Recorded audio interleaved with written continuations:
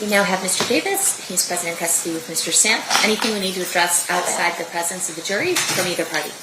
Nothing from the state. Your Honor, I just want to make sure I have that issue with regard to the Discovery Commissioner. I just want to make sure. I think it's at 12:30. We had moved it for that, so we'll plan on stopping in time for you to get to that. Thank you, Your Honor. Okay, and you were able to talk to Commissioner Gans and get that all straightened out? Not directly, but through my office, yes. Okay, excellent. Perfect. Thank you. And I guess, Your Honor, I think it was mentioned during jury selection, but at this point, I think both parties would be invoking the exclusionary rule. Okay, so if we have anyone present in the courtroom who's on the witness list, you do need to step out at this time until you're allowed to come back in.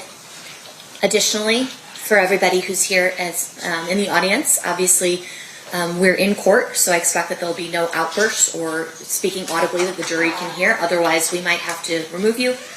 Additionally, if you guys could all check and make sure that your cell phones are turned off or are at least on silent so that we don't have any distractions while we get going. Your Honor, with regard to the exclusionary order, because of the fact that this is being broadcast, are we instructing as well witnesses to not be watching the broadcast prior to their testimony as well? Great point. Yes. Okay. Anything further? All right. Let's bring in the jury.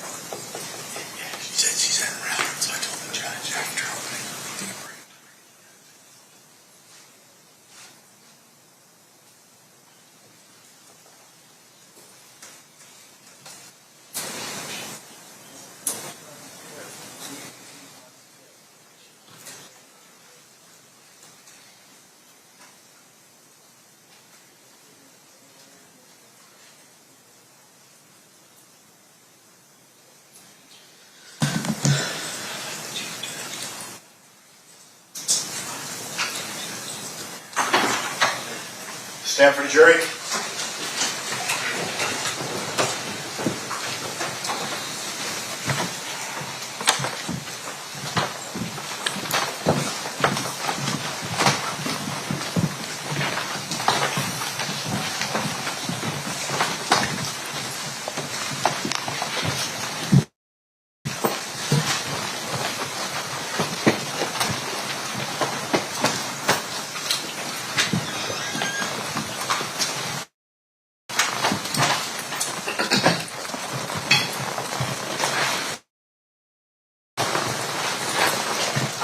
You may, did the party stipulate to the presence of the jury? Yes, Your Honor.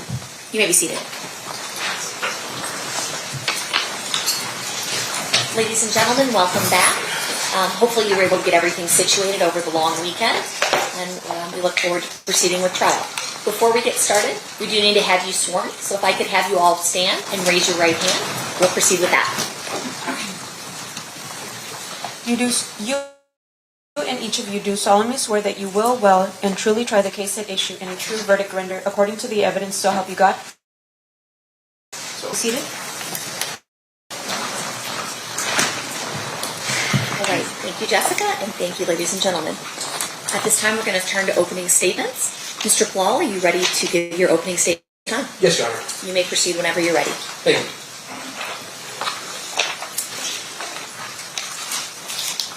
Good morning. On September 7th, 1996, Tupac Shakur came to Las Vegas to attend a Mike Tyson fight.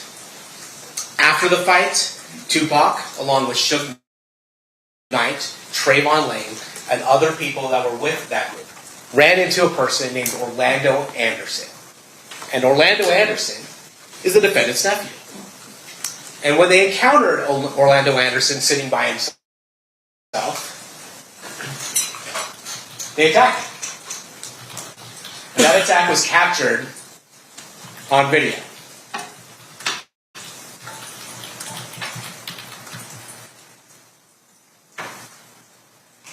Then, a few hours later, Tupac Shakur and Suge Knight drive down Flamingo Road to Club 662, where Tupac is scheduled to perform a concert. Then 2.5 hours later, after Tupac and Suge engaged in the beating of Orlando Anderson, they are gunned down. Tupac is gunned down in a drive-by shooting from a white Cadillac in an act of revenge. During those 2.5 hours, you will learn that the defendant was escalating and planning the retribution for the beating of his beloved nephew. Now, let's be clear.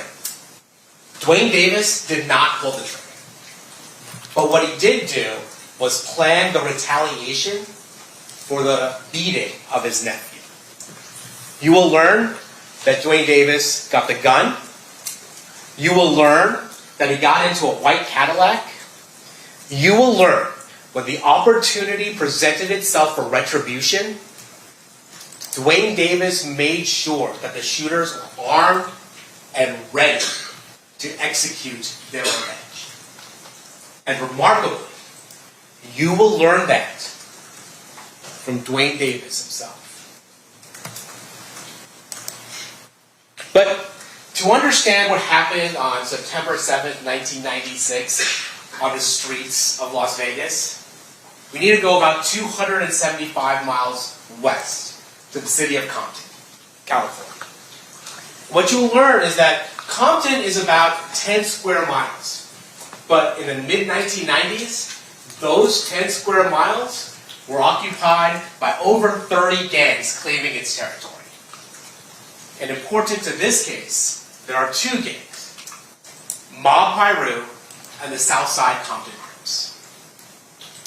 Let's talk a little bit about the Mob Piru. The Mob Piru is a group that associated with the color red.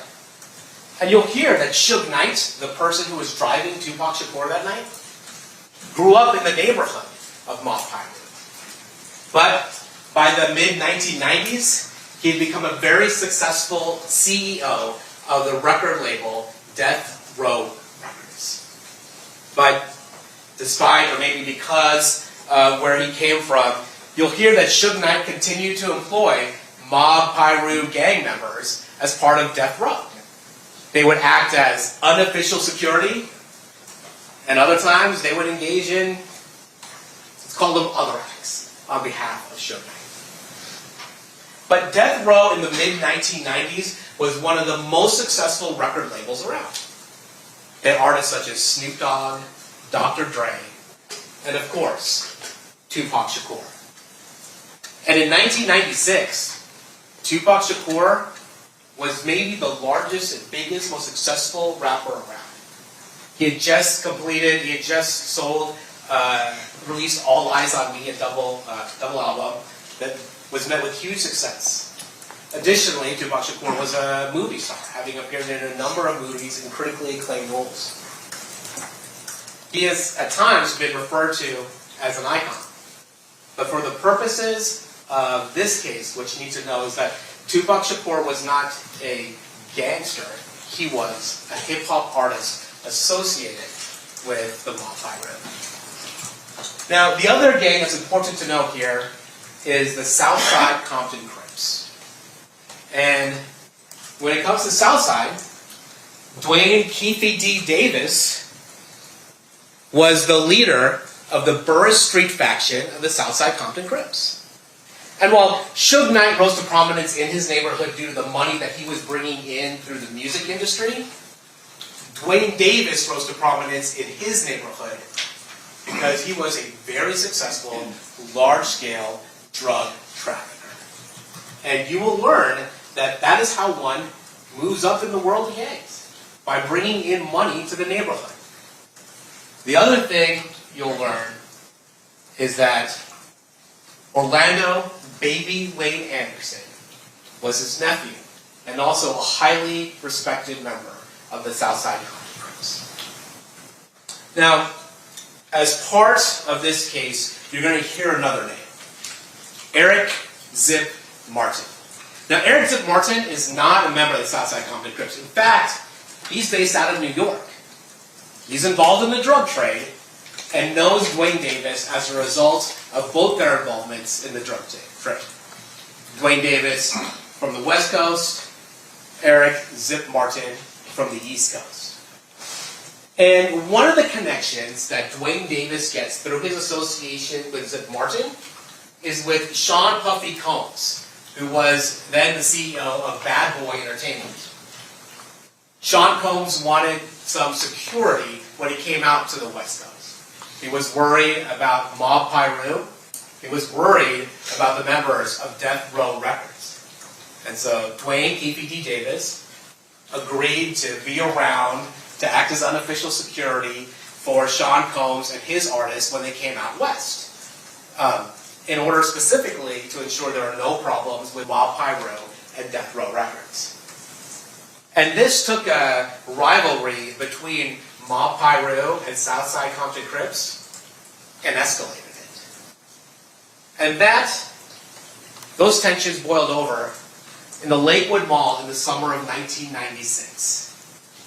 There, you'll hear that Trayvon Lane, a member of the Mob Piru, associated with Death Row Records, was there with other members of Mob Piru in order to do some shopping. Lakewood Mall was a mall nearby Compton.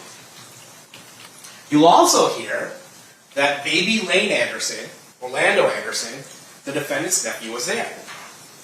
Now, Trayvon Lane that day was wearing a chain with a Death Row medallion. And there was a fight that occurs between the Mob Piru group and the Southside Compton Crips. And at one point, that chain is pulled off Trayvon Lane's neck. Now, what happened to that chain is an issue of much dispute. Not everybody agrees with it. But the act of disrespect of pulling the Death Row chain and the brawl that occurs further escalates this heated rivalry. And what you'll learn is that these two men, Trayvon Lane and Orlando Baby Lane Anderson, they encounter each other again. This time in Las Vegas. So that brings us back up to September 7th, 1996, here in Las Vegas. Again, Mike Tyson is fighting Bruce Seldon. He disposes of him in less than in a round. Doesn't take a full round. And then after the fight, Tupac Shakur, Suge Knight, and the people that are here with, they leave. And among his group is Trayvon Lane. And that is why this fight occurs. Trayvon Lane and the Death Row group sees Orlando Anderson standing by himself, and they decide to attack him in retribution for what happened at the Lakewood Mall. You'll see Orlando Anderson's on the bottom of that group. You see security coming, trying to break this up. And then you'll see Tupac Shakur, Suge Knight, Trayvon Lane, and that group exit the MGM Grand. Now, Orlando Anderson was by himself because when Duane Davis purchased the tickets for the Bruce Seldon fight, he got them through a scalper. So everybody that came with Duane Davis were seated separately throughout the fight. And so Orlando Anderson was, at that time, by himself. You'll see that Mr. Shakur, Mr. Knight, and his group leave the MGM Grand. And you'll see that Orlando Anderson, after being held by security, is questioned for a bit, asked if he wants to press charges. He decides he doesn't want to participate in any type of prosecution and that he doesn't need medical attention.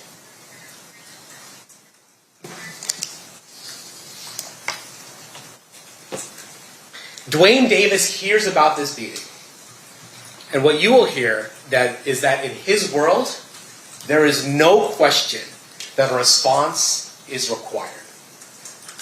And you will hear from Duane Davis what happens next. Because what happened over the next 2.5 hours is something Duane Davis would later describe himself in a secret 2008 interview from his attorney's office with the federal task force. And we'll talk about that interview and the circumstances surrounding that later. But we'll hear about what the next 2.5 hours was. So, what we learn is that Duane Davis is upset about the beating of his nephew. And frankly, that's not an unusual response. What's unusual is the next steps Duane Davis takes. Unusual for the normal person, maybe not unusual for in-gang culture. Duane Davis decides he is going to organize a retaliation, that this beating cannot go unanswered. Then he runs into a person named Zip Martin. Remember the Zip Martin that was the connection with Bad Boy Entertainment from New York? And Zip Martin tells him that he has a gun and that he can come help him out. Okay, where do you go to? What do you tell Zip right then? You tell Zip, hey, we're going to go handle this shit or whatever? Yeah, like, y'all want us to come? I'm like, you know what I'm going to do that? They was telling that they going to get the 662 club. Who said that? Everybody. Everybody out there? Yeah, everybody. You want to come? Well, how do you know that Zip's got a gun? Does he tell It you? was in the lobby, but I'm in the lobby. I got one. Did you ask him? Do you have one? Or he just tells you, hey, I got one? Yeah, that's when they asked me to need some help. I got some things to do. I'm like, yeah, okay, cool. I don't know what he gave you. Yeah.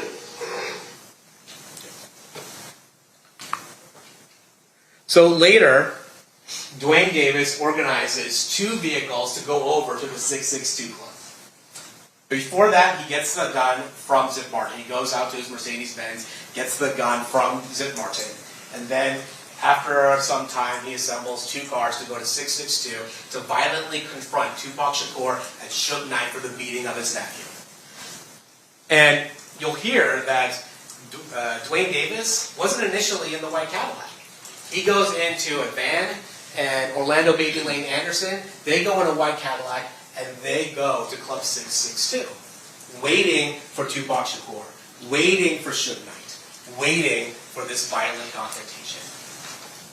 And what you'll learn is that Tupac Shakur and Suge Knight don't show up while they're there. We went out to the 626 club. They didn't show up. We waited about 15, 20 minutes. They didn't show up. So it's like, let's go get some liquor. We stopped at the liquor store. I got out the van and they had to jump in the Cadillac.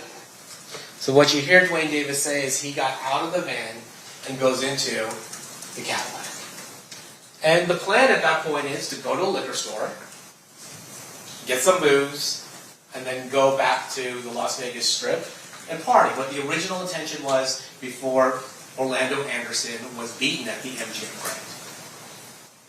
But on the way back to the Las Vegas Strip, they see a caravan of cars.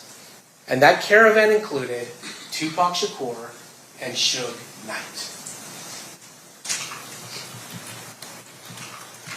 And in that white Cadillac, before the shooting occurs, Duane Davis explains that the driver is Terrence T. Brown. In the rear driver's side is DeAndre Dre, or Big Dre Smith. In the rear passenger side is Orlando Baby Lane Anderson. And Duane Davis himself, Keffe D, is in the front passenger side. And this is how Duane Davis explains the murder of Tupac Shakur. Yeah. He's a little bit short right there. Then we came up Harlem at the Long Bay Boulevard. And shit. Here they come that BMW like Jay Carter. And bros, Tupac! I was like, there you go. Made the U-turn. We wasn't supposed to make it. Just wanted the U-turn. They was in a little lane. We just pulled up on the side and checked every car to see where they was. So what directed your attention to him was some girl shouting at Tupac? Tupac! He gave his son away. Otherwise, they would have gone away. He all had not put you on to do. You did a U-turn, so then you pull alongside of it. You guys are in the car. Have you already handed him the gun at this point, or at what point do you hand him the gun? I thought he was going to pull on my side. You know, that's one of them there going to the out for him. You know, he pulled on his side. So you were fitting the blast if you had to, or you were just... Yeah, if we would have been on my side, I would have. Okay. So you hand the gun to the back seat. Yeah. You can hear bang. I gave it to Dre. Dre was like, no. And Lane's like, dude, fuck, dude. So what you hear Duane Davis admit that as they see Tupac Shakur and Suge Knight driving to Club 662, Duane Davis, along with Terrence Brown, DeAndre Smith, and Orlando Anderson, decide to make a U-turn, confront Tupac Shakur and Suge Knight. Duane Davis had the firearm. It's a firearm he got from Eric Von Zit Martin, and then he passes it to the back. Duane Davis says that if they were on his side, if Tupac Shakur and Suge Knight were on his side of the vehicle, he would have shot them himself. But because they were on the other side, he handed it to DeAndre Smith. DeAndre Smith, according to Duane Davis, did not want to shoot at that time, so Orlando Anderson shot into that car. Duane Davis explains this over and over again. Literally, on the street.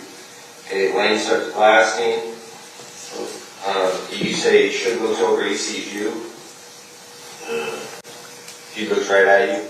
Yeah, Are you looking at this? I just know he does something to say, you know. When he looks over at you, and then, Tupac's busy getting shot. Evidently, the story is Tupac's trying to either get out In the back seat or something. Yeah, what do you see happening inside that Jump car? in. I see the bullet going Suge, yeah, I thought he was dead. He must have scraped him or something in the head or something. A piece of glass went into his neck right here. And he had a thing in the head. A little gray. I thought he was dead. Okay. So, I'm sorry, did you guys stop the two girls? Did both stop the car and let them get off? Yeah. And we made the right. Okay, but he stopped what you said, why you cool, let off. And we made the right and some brawls Seabury was homeless. Stupid bitches. And we shot their window around and they stopped. So Tupac's trying to jump in the back seat. And what Suge doing? Nothing?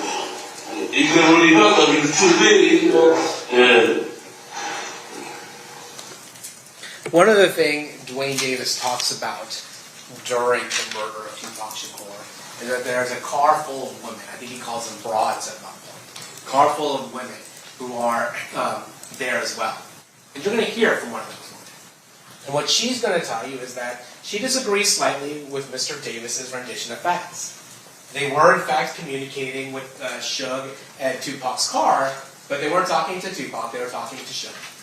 And what she says is she hears gunshots, she sees the white Cadillac flee, and then what Duane Davis interprets as them chasing her, she'll tell you is them just panicking and trying to get away. But you will say they inadvertently follow Duane Davis and the other people in the white car as they are fleeing. After Suge Knight and Tupac Shakur's vehicle is shot, Suge Knight makes a U-turn and heads back to the Las Vegas Strip. The car ultimately can go no further and stops. Police arrive, medical arrives, and you will hear that Suge Knight was grazed in the head and had some glass going in his neck. He ultimately survives those injuries and is released fairly quickly.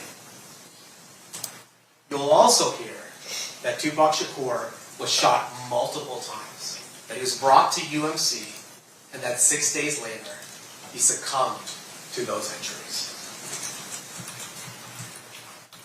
And within 24 hours, the Cadillac and the assailants are back in Compton.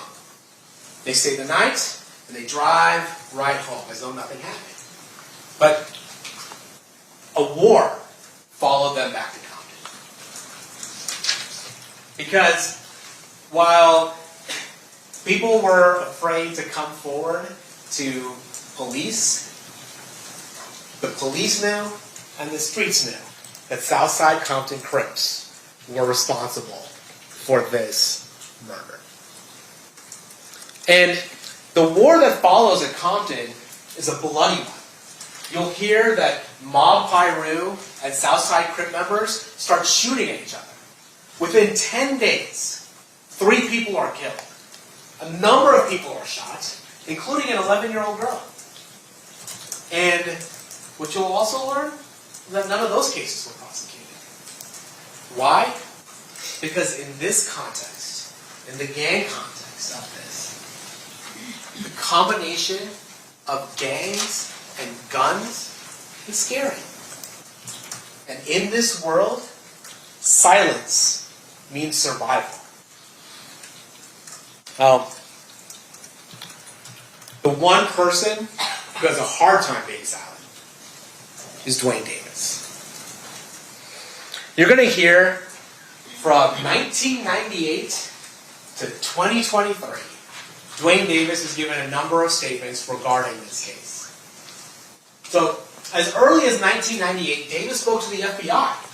He admitted he was in Las Vegas during Tupac's murder, but he denies being responsible. Then in 1999, Davis speaks to the FBI again. And these aren't interviews that are focused on the Tupac Shakur murder. These are interviews regarding drug transactions and drug trafficking. But he does say that Tupac does come up, and Duane Davis admits to being in Las Vegas for Tupac Shakur's murder. Says he wasn't involved, but he was mad about the fact that Orlando Anderson was beaten, and that his plan was to handle it in Compton had Tupac survived. Then in 2008, the interview of clips we've heard today, in a secret interview with the federal task force, Davis admits to his role in the murder of Tupac Shakur. And we do need to talk a little bit about this 2008 federal task force. Because what this task force is investigating is not the murder of Tupac Shakur. What this task force is investigating is another rapper's murder. A rapper by the name of Christopher Wallace. Somebody who is known as Biggie Smalls, so the notorious B.I.G.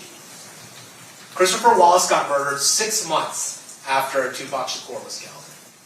And there was some allegation that the LAPD might have been involved. So a federal task force was formed to determine what happened to Christopher Wallace. And the interesting thing about the murder of Christopher Wallace is that Christopher Wallace is killed leaving a party in LA. Also at that party, Duane Davis. Christopher Wallace there was a suspect vehicle that involved a Chevy SS Impala, and Duane Davis happened to own a Chevy SS Impala. Now, as a result of that, the task force decides, well, let's look at Duane Davis. And the thing we know about Duane Davis is that he trafficked narcotics. And so they were able, through a CI and an undercover, to have a drug transaction with Duane Davis. And as a result, Duane Davis now has a case, a big trafficking case. And so the federal task force approaches Duane Davis and his attorney and they say, hey, look, we want information regarding the murder of Christopher Wallace. That is what we are trying to investigate. And what Duane Davis says is, I don't have any information about that thing, but I can tell you about what we did. I can tell you about Tupac. And that's what he does. He tells a federal task force that about his involvement, what you've heard, his orchestration of the murder of Tupac Shakur. That secret conversation, that proffer, was secretly reported and released later. In 2009, Davis is being so helpful to federal authorities that he actually flies out to New York to try and get Zip Martin to implicate himself in the Tupac Shakur murder. Zip Martin at that time was dying of cancer, was out of the game, and really did not engage with Duane Davis. In 2009, though, Duane Davis gives an interview to Las Vegas Metropolitan Police Department Detective Dan Long. Now, Duane Davis is more guarded in that interview. It is a different setting than the interview of 2008. It's not a secret proffer agreement. But Duane Davis does admit a number of things. That he was in Las Vegas, that he was mad about Orlando Anderson getting beat, that he was the boss, that he was in the white Cadillac, and that he procured the firearm that ultimately killed Tupac Shakur. Then, in 2011, the landscape changes. Because in 2011, Greg Kading, the guy who was leading the task force in 2008, the guy who organized the secret proffer between Duane Davis and the federal task force, he leaves law enforcement and decides he's going to publish a book about his investigation into Biggie Smalls, the guy who was killed 6 months after Tupac, and Tupac Shakur. And what he puts in the book is that Duane Davis confessed to the murder of Tupac Shakur. The book tells the story about Davis' admission, about himself, but it also tells the story of Duane Davis telling about his nephew's involvement in the murder, about Big Dre's involvement in the murder, about Terrence Brown's involvement in the murder. And this is a problem for Duane Davis, because that meeting was supposed to be secret. And now his cooperation with federal authorities is open to the world. Not only that, Greg Kading is now profiting off Duane Davis's life story.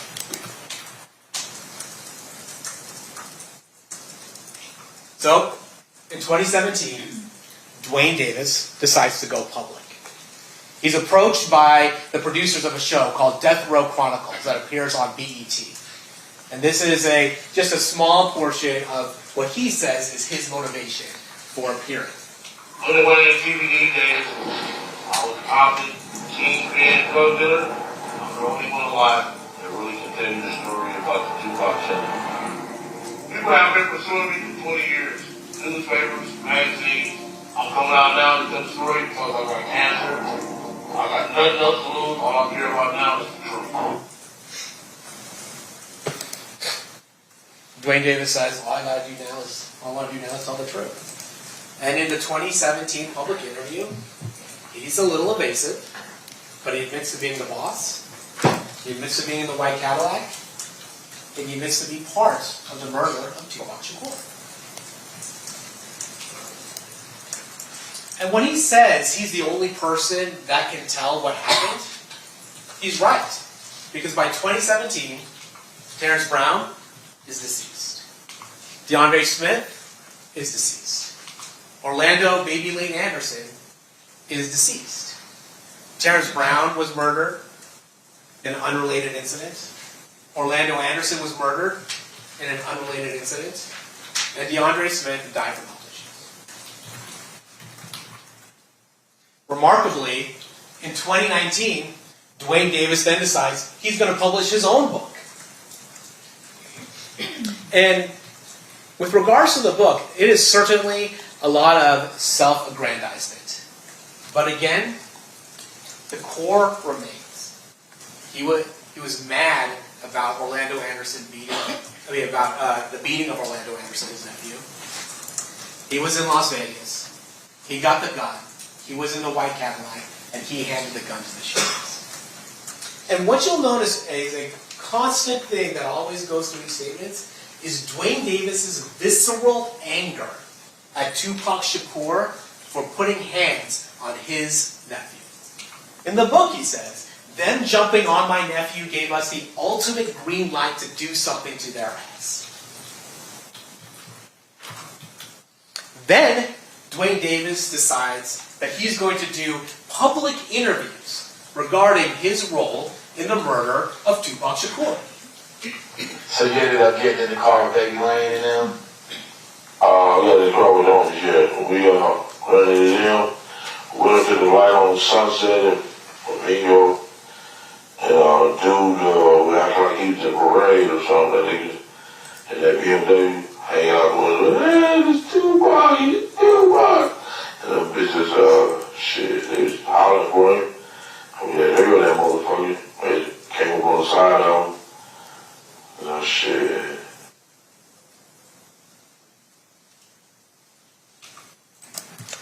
Davis's public admissions mirror his private life. He admits to being a leader of Southside Crips. He admits to the significance of the fight over the death row chain at the Lakewood Mall. He admits to being in Las Vegas the night of the fight. He admits to being angry that Tupac stomped Orlando Anderson at the MGM. He admits that he was hunting down Tupac and Suge, first going to 662. He admits that he got a Glock 40 from Eric Zip Martin for the purposes of hunting Tupac. He admits that he was in a white Cadillac with his gang members looking for Tupac.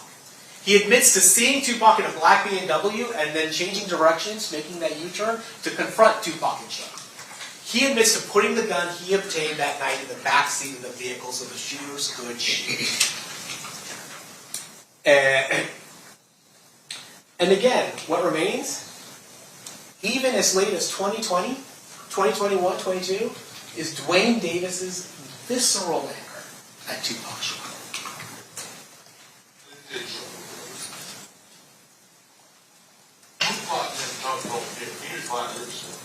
He didn't. My nephew never jumped over fucking Tupac. Come on, man. Tupac was wrong with two left fucking shoes. I mean, don't you think he was wrong? Honestly.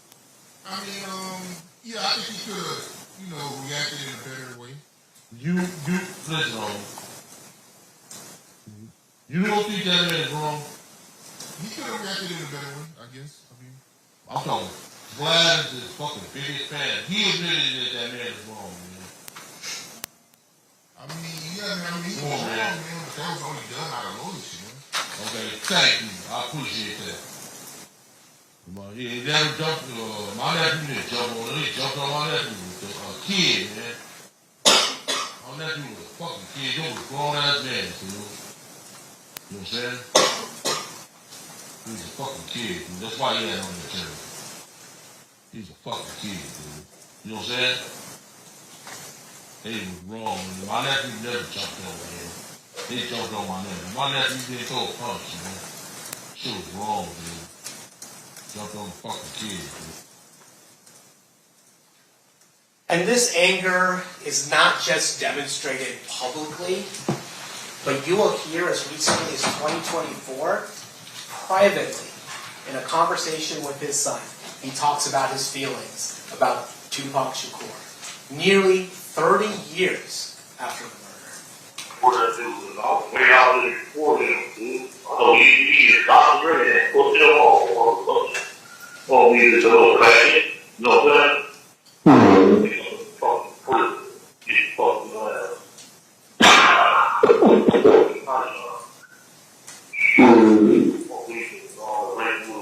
Just one little kid, always fuck casino. That is a piece of shit. Yo. Everything like this shit, way, yeah. Somebody got my lawyer.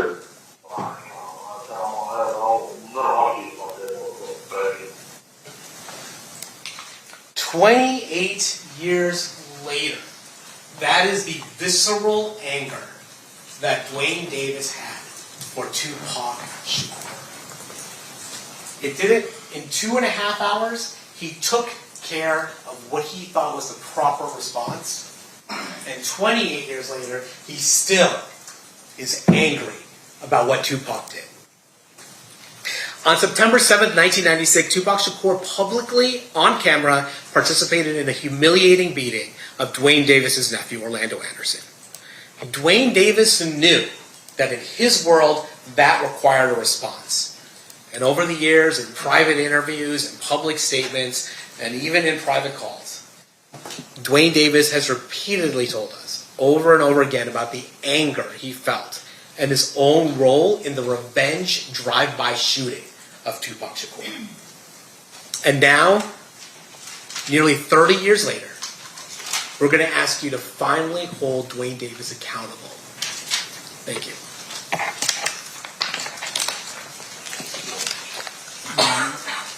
Thank you, Mr. Poole. Mr. Sanft, do you wish to give your opening statement at this time? Yes, Your Honor. Wait just a quick second. Of course, whenever you're ready. Thank you. Yeah. I think this is the HDMI cable.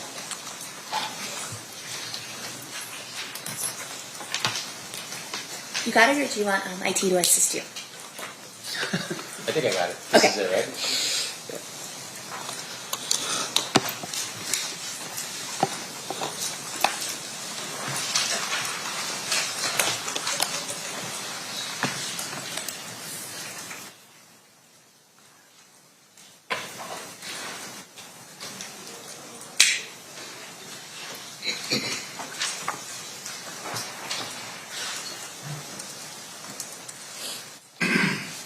Whenever you're ready. Thank you, Your Honor.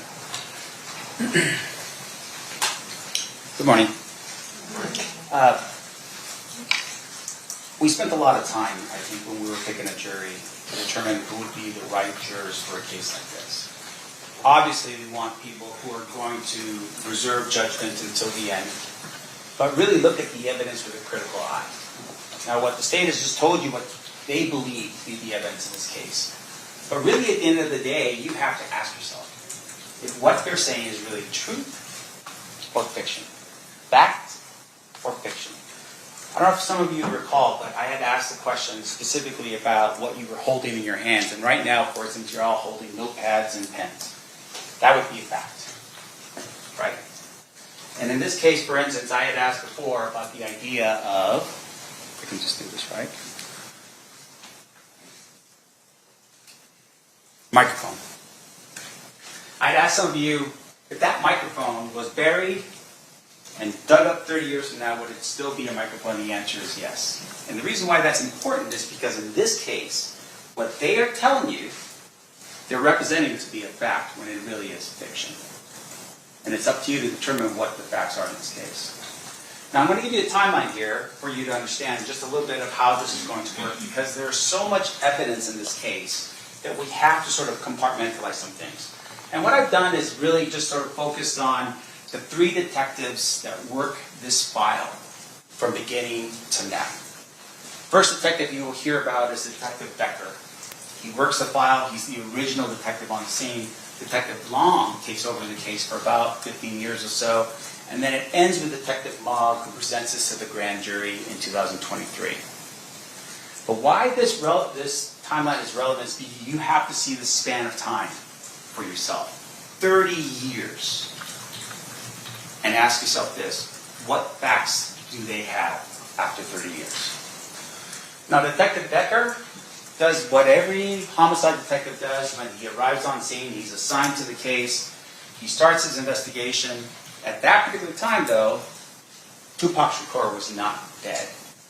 He was critically injured. He was at UMC. And it isn't until 6 days later that he passes away. But Detective Becker starts his initial investigation because it's pretty serious. And as a result, he just takes over the investigation.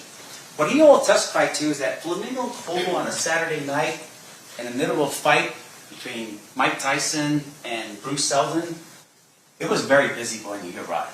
And he arrived at a time where he was able to determine cartridge casings, .40 caliber, that was found at the scene. That's another fact for you. But at some point they're going to learn, he learns that potentially it was a Glock .40 that was the actual firearm that was used in this case. And then when crime scene analysts arrive on scene, they document the evidence. And they document the cars. That will be important, and you'll determine at some point why the cars are documented. And with regard to Detective Becker, what he'll tell you is police officers write reports. Critical. Hugely important. Why? Because at some point in the future, like in this case 30 years later, Detective Becker will not remember details like he would if he had what? His report in front of him. And that's going to be important for you to consider in this case. Now, what Detective Becker does, though, is because of the outcry, the attention, the media focus on this case, he took his file and he secured it in his office under lock and key. Because he was worried about leaks in Metro, leaking information out to the public. Because so many people wanted to know answers to the question as to what happened and who did this to Tupac Shakur. Now, what you're going to find is, when Detective Becker testifies in this case, that a lot of his reports are now missing. They're gone. Which is Metro's responsibility to hold and to pass on to the next detective, and then finally to the next detective. Now, Detective Becker also did not trust Compton PD. Why is that important in this case? Because there's an individual by the name of Reggie Wright Sr. He was a lieutenant working in Compton in charge of the gangs in Compton in terms of investigations. His son is Reggie Wright Jr. He was the head of security for Death Row Records. The same security that was here in Las Vegas on the 9th of September 7th, 1996. Death Row Records was affiliated with Mob Pyru Blood, and Detectives Ladd and Brennan from Compton answered directly to Reggie Wright Sr. Becker did not trust Compton PD. And the one thing that he really didn't trust is that most of their information came from confidential informants that were not reliable. And he'll tell you that. And because of his intuition, Compton PD was shut down in September of 2000 due to internal corruption. They just evaporated that police department, and the sheriff's department for LA County absorbed the responsibilities for the police department in Compton because of the corruption that was there. Now, what facts, right? Just like the pads of paper that you have in your hand and the pens that you have in your hand, what facts can we determine from Detective Becker's efforts? First and foremost, we know that Tupac was shot multiple times. That's a fact. That can be proven. We know that it was with a .40 caliber firearm. That's a fact, due to the cartridge casings.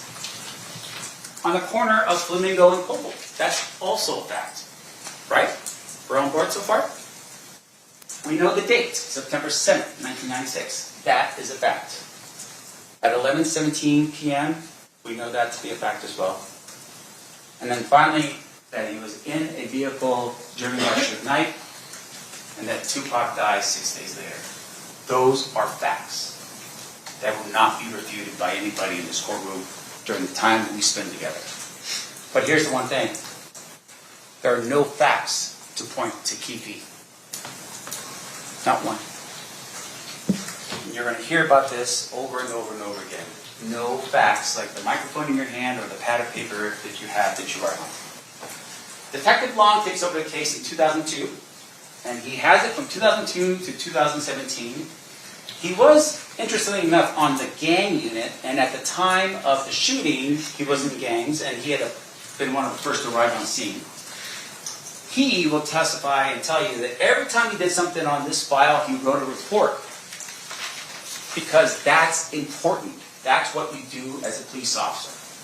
And he conducted follow-up interviews, and he made some travel to Compton.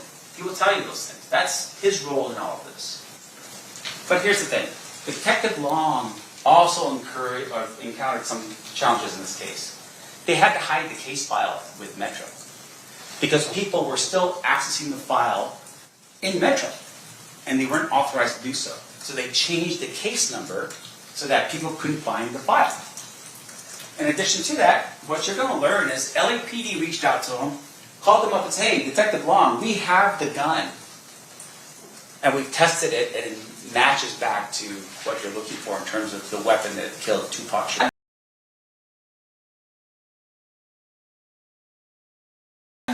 Transports it back, gets it tested, and it comes out as not a match. LAPD tells him after, we gave you a fake gun to test you out. This is the level of, I don't know how to put it, that was going on during this time period between Metro, LAPD, and Compton. This is what's happening during this time period. Beads, according to Detective Long, became very scarce and stale, meaning that it was just taking a long time for him to follow up with people. Witnesses became unavailable. Why do you think that is? Because of time. So as a result, memories started failing because of that time. So Detective Long had these challenges. But here's what Detective Long does. He interviews Keffe in 2009. Sits him down, has an interview with Keffe, just like the state said. And guess what happens? Detective Long doesn't even know that Keffe had actually spoken to a task force the year before. How is that possible? Metro is the agency responsible for the investigation of Tupac Shakur's murder, and they don't even know about this.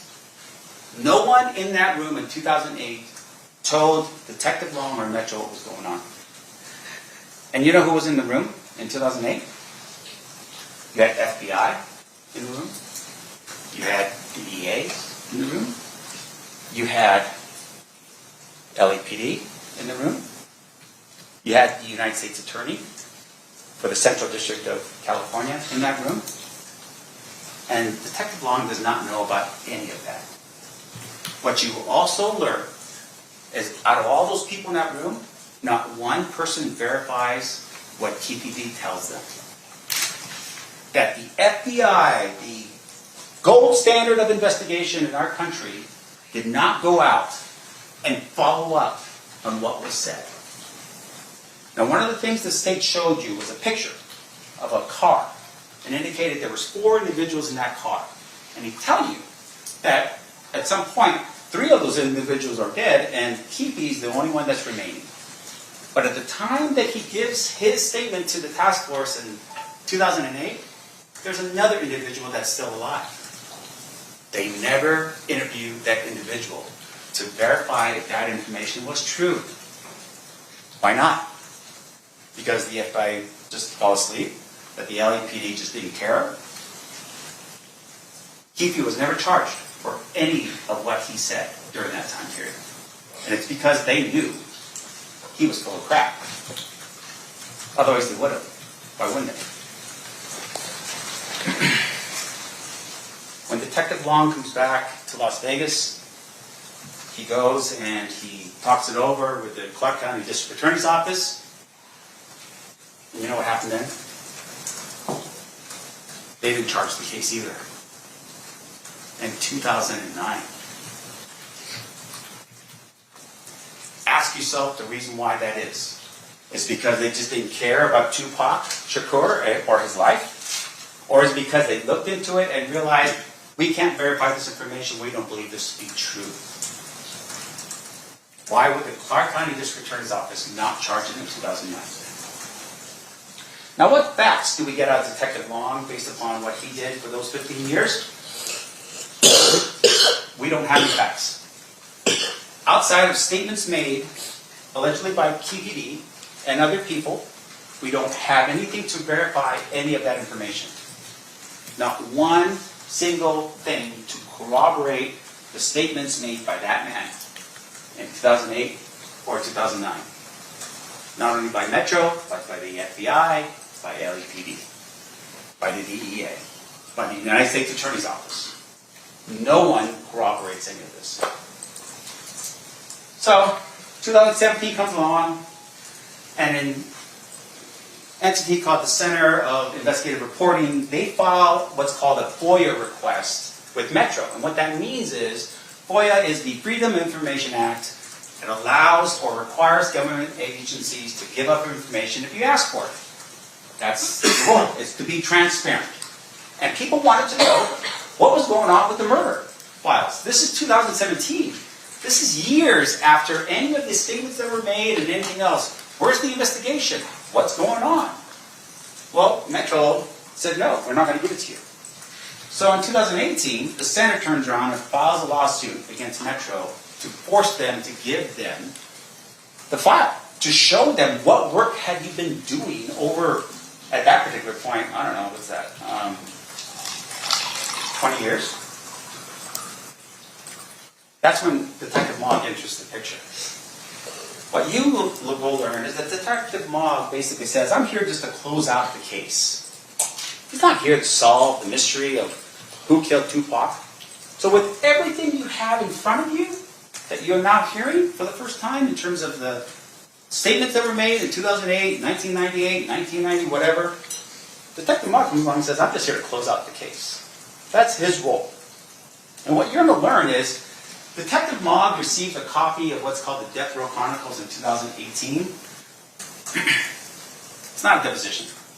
It's not testimony under oath. It's edited, and it's done for experiment purposes. He receives a copy of it. You know what happens when he receives that copy of the interviews that the state has basically shown you in this case? No charges filed. Why? So, Keffe writes a book, allegedly. Right? Allegedly, he writes this book called Compton Legend in 2019. You know what happened with the book? Right? Even he confesses to it. What you find is, no charges filed. What is going on? District Attorney's Office doesn't want to charge the case. No charges filed when the interview happens. No charges are filed when the book is written. What is going on? 5 years goes by. And nothing is going on with the case. But Detective Mogg says he's closing it out. Detective Mogg turns around and applies for what's called a search warrant. Now what a search warrant is that in July of 2023, around that time period, a search warrant requires a police officer to get permission from a judge to basically violate the sanctity and privacy of your home. Right? There's got to be legal reasons for it. He's got to go through that process, and he's got to ask permission from a judge in order for him to get that. And what he does in that search warrant application is he assures the judge, hey, what we are looking for is in the home.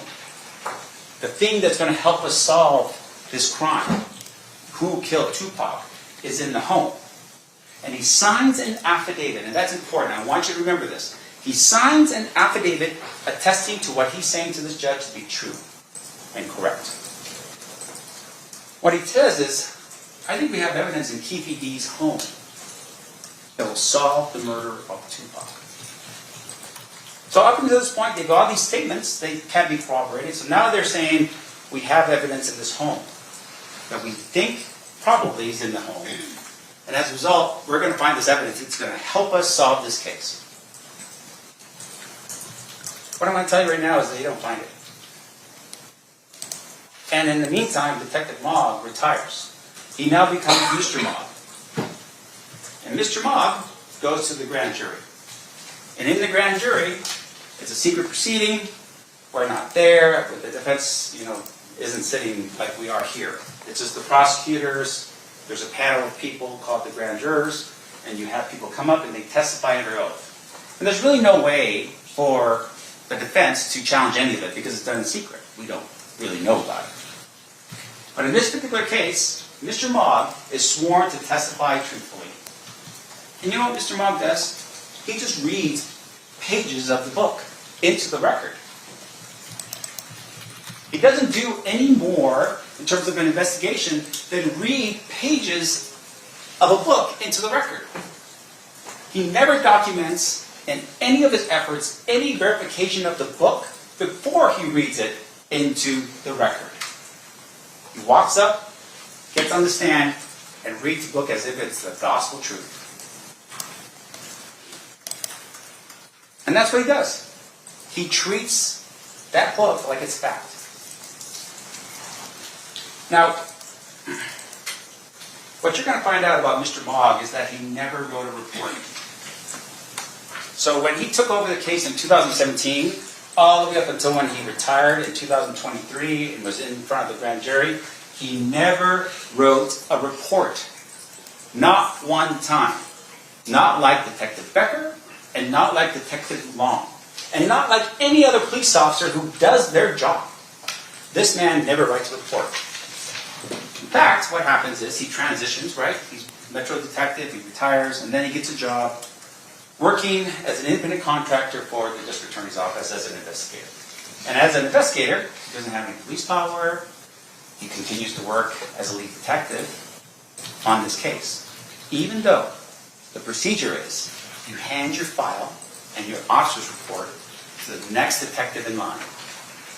That's how this works.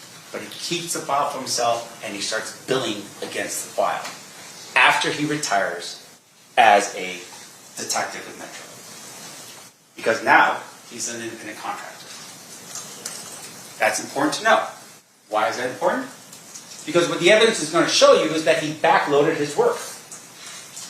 And when he finally writes a report, it's not an officer's report, it's an investigative report that spans from 2018 to current, and we just received it about 5 weeks ago. The importance of capturing everything you do, the accuracy that you would need to be able to be in court on a murder case, not some type of college paper that you forgot to do and then the last second just put something together and, get it out the door. Mr. Mogg does not do any of that. That's going to be important later for you to consider. Because according to that report that he submitted 5 weeks ago or so, he never verified the book. According to that report, he never investigated any of the alternate theories that were out there, and you're going to hear about those alternate theories. There are people who have developed over time answers to the question, who did this and why? He never looked into any of it. Which I think, at the end of the day, don't you want to see what's out there to help you with your investigation? And according to his work, his report, he did more on the case after he became an investigator than he did before when he was a detective. What I'm going to tell you right now is what you're going to find when you listen to all the evidence, that his work was biased, sloppy, and incomplete. Those are the three things you're going to determine for Mr. Mogg. Now, because of the fact that in terms of the evidence itself, he doesn't have much, the state's going to lean pretty heavily on their witnesses. And I'm going to give you a sampling of the type of people you're going to run across in this trial based upon their witness list in this case. First person is this guy named Reggie Wright Jr. He's the security company for Death Row Records. And what he is a felon. Second of all, you're also going to find that he's a former Compton police officer. He worked for Compton PD for about 5 years, and apparently he got disabled.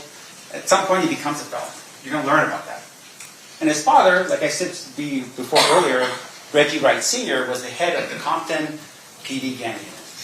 What you're also going to learn about Reggie is that, once again, he was supposed to be protecting Suge Knight. Where was he the night of the shooting? In addition to that, he orders his security team to not carry firearms the night of the shooting, before the shooting took place. What you're also going to learn is, he wasn't even around when the shooting occurred. So the principal, meaning the person he should have been protecting the most, would have been Suge Knight, the head of Death Row Records. This man was nowhere to be found. He was sitting at a club called 662 down the street, waiting for Suge to show up, while he left his people that were working for him unarmed in the vehicles behind Suge Knight. And when push comes to shove, he orders his people to lie to police during their investigation. That's going to be called by them. That guy's going to be called by them. In addition to that, when everything was said and done, Suge Knight went to prison because he was not supposed to be in a fight in Las Vegas. He violates his release. Guess who takes over Death Row Records? Reggie Wright Jr. Now, the state is also going to bring in other people with unreliable positions, including criminal histories, financial motivations, and inconsistent statements. That are the people and the quality of the evidence that you're going to listen to in this case. Just to give you another example, there's going to be an individual by the name of Devonta Dirt Rockley. Who is he? He's been a paid informant for years. You're going to hear that they have paid him to be an informant. He will, of course, say whatever he needs to say to avoid his own criminal actions, but his testimony will be inconsistent. And that's what you have to really rely on. Is what exactly is he going to say, and can you even believe it? In addition to that, you're also going to learn about a disgraced LAPD detective by the name of Greg Kading. The state told you about him. He wrote a book. He benefited off of what was happening with regards to Keffe. Now, Greg Kading, he stole the file. What you're going to learn is he actually stole the file. He took the Tupac and the Biggie case files and walked out the door. This is an LAPD detective that they are using, or one of the people that they're going to be focusing on to establish their case. He writes the book, and then he holds himself out as the person who solves the murder. That's Greg Kading. That's the LAPD detective. Now, what you're also going to learn is Greg Kading, when he was a detective with LAPD, was basically caught manipulating witnesses. And because he was caught manipulating witnesses, it led to cases being overturned as a result. There was a court finding on this issue. A judge determined that. And there we go. That's Greg Kading. That's a witness in this case from that.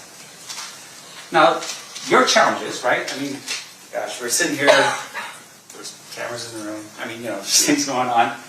But it's really time. Like, how do you, as jurors, try to figure out time on this case? There's been so much time. Delays. By who, though? And there's corruption. How do you look at your information that you're receiving with anything more than just like skepticism? Like, you're going to look at this stuff and be like, well, I mean, you have a motive to lie. You have a motive to tell or deceive. And it's because at the end of the day, there's not actual facts. When you get past all the talk and me talking, just look at the actual facts. What facts do you have to support any of what Keffe D said on any of his interviews or in the book?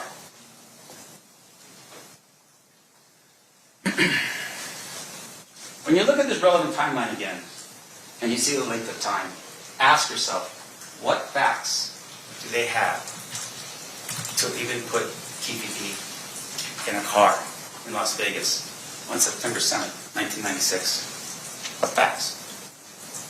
When you look at the video that happened at the MGM, look for them. Try to find them in there. Try to find any of the other individuals. Remember, he said there's 3 individuals in the car with him and Orlando Anderson. Orlando's in the video because he's getting beat up. Find any of those other individuals on the videos of the MGM. Look for evidence that shows that Keffe D was even in Las Vegas on the night of the fight. Receipts, credit cards, a picture of him standing next to somebody else, maybe watching the fight from another casino. Something. Give me something. In the book, you're going to learn that Keffe says that he was at the fight. He was sitting on the second row. He was sitting with all the celebrities, and he's dressed in his finest gear. There's not one iota of proof that he was ever at that fight. But you know who does show an iota of proof that he was at the fight? Suge Knight. Suge Knight was raided, and at some point, there is a ticket stub to that fight, the Tyson versus Selden fight with Suge Knight's possession. Because he went to the fight. And you would think, a fight like this, you want to show everyone that you were at the fight. There's no evidence at all that man was even at the fight. When we take fact versus fiction, really at the end of the day, what you're going to hear from witnesses that will testify to this is that Keffe D was known to do this. That's the testimony you're going to hear in this case. That's what you're going to hear about that man right there. And so you have to ask yourself the question. If I just say things, is that going to end up being one of those things where I'm going to be hemmed up for a murder if I just keep repeating a fiction? If I keep repeating that? The answer is no. You have to corroborate everything I say in order for it to be true.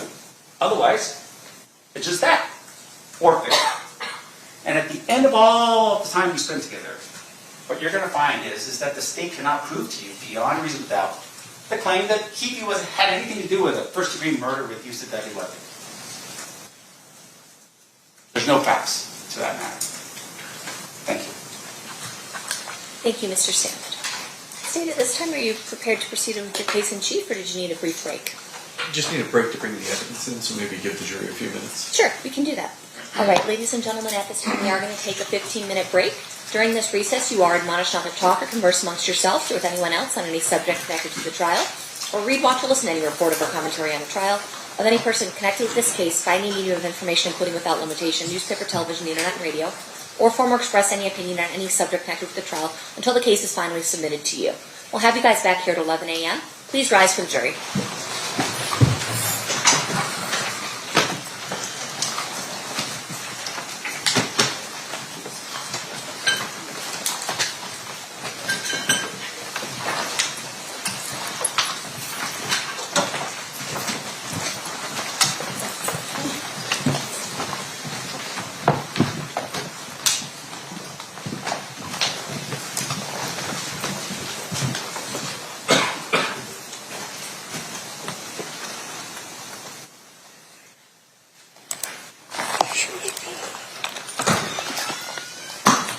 For the record, the jury has exited the room. Is there anything we need to address outside the presence?